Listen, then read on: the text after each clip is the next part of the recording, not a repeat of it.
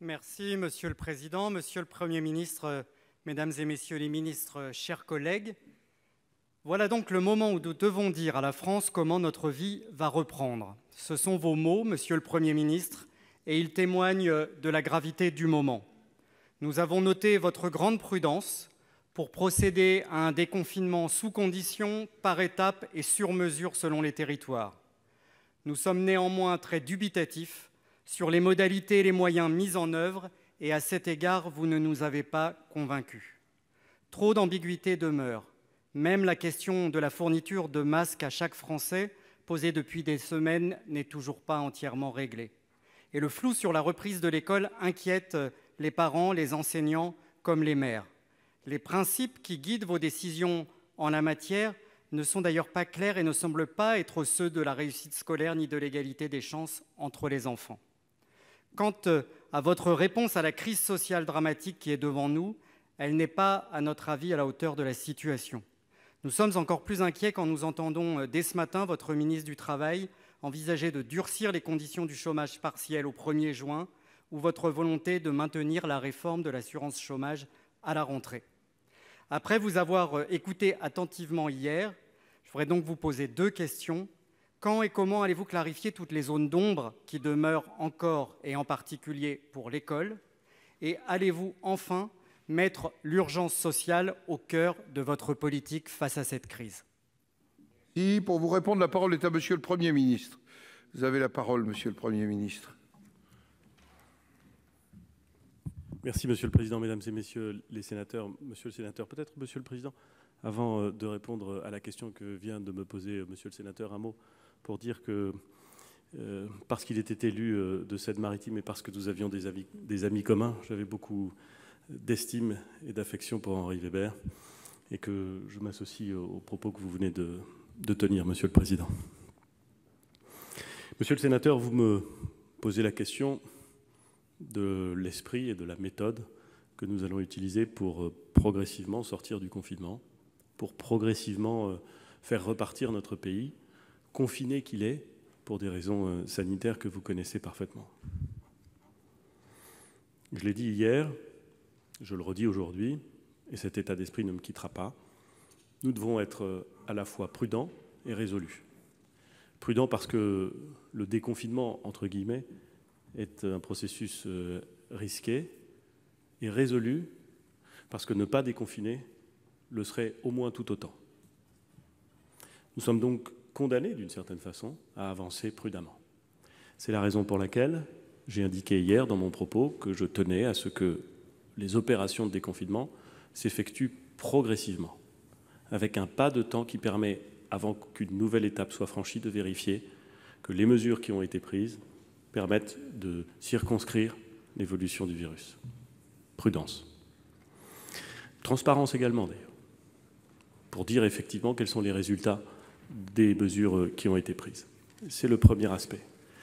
Le deuxième aspect que j'ai évoqué hier, c'est celui d'une forme de différenciation, de territorialisation des mesures. Pour une raison qui m'apparaît évidente et qui, j'en suis certain, l'est tout autant dans votre esprit. Vous évoquez la question des écoles. J'ai indiqué hier quelle était la volonté du gouvernement.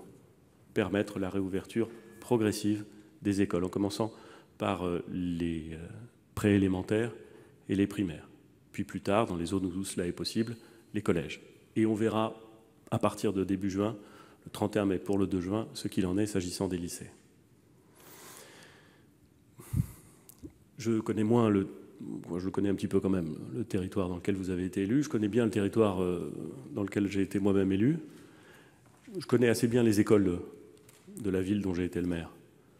Dans certaines écoles, les consignes que nous avons données pourront être mises en œuvre très facilement, parce que les locaux, le taux d'occupation de l'école, les investissements récents font qu'on pourra utiliser la totalité des locaux pour ne pas avoir des classes trop complètes, jamais plus de 15, pour permettre les mesures de distanciation physique dans toute la mesure du possible. Bref, pour que les choses s'organisent au mieux. Dans d'autres, ce sera plus difficile. C'est la raison pour laquelle nous avons plaidé pour cette différenciation, pour faire en sorte que, s'agissant des écoles, dans le cadre d'une doctrine générale, les maires, les directeurs d'école, les représentants de l'État puissent entamer ce dialogue en confiance et trouver les meilleures solutions pour que l'école reprenne. On peut ne pas être d'accord, monsieur le sénateur, sur la nécessité que l'école reprenne. Mais je vous le dis tout de go, nous voulons que l'école reprenne. Nous voulons que les enfants retrouvent le chemin de l'école. Et ensuite, il nous faut trouver de bonnes solutions pour que cela soit possible, en faisant évidemment extrêmement attention à tous les aspects liés à la sécurité sanitaire, bien entendu, mais en faisant en sorte que ce soit possible. Et il y aura donc une discussion locale, territoriale, entre les acteurs de terrain, qui vont pouvoir conjuguer leurs efforts pour faire en sorte que l'objectif qui est fixé dans cette stratégie nationale puisse être atteint. Alors vous nous dites, monsieur le sénateur, il y a du flou. Non, il y a une doctrine, et ensuite il va y avoir des applications. Et si vous voulez me faire dire que je n'ai pas dit hier, ou que je ne dirai pas aujourd'hui, l'ensemble des détails applicables partout en France, eh bien vous avez raison. Je ne peux pas dire l'ensemble des détails applicables partout en France. Je peux faire état d'une volonté, réouvrir les écoles.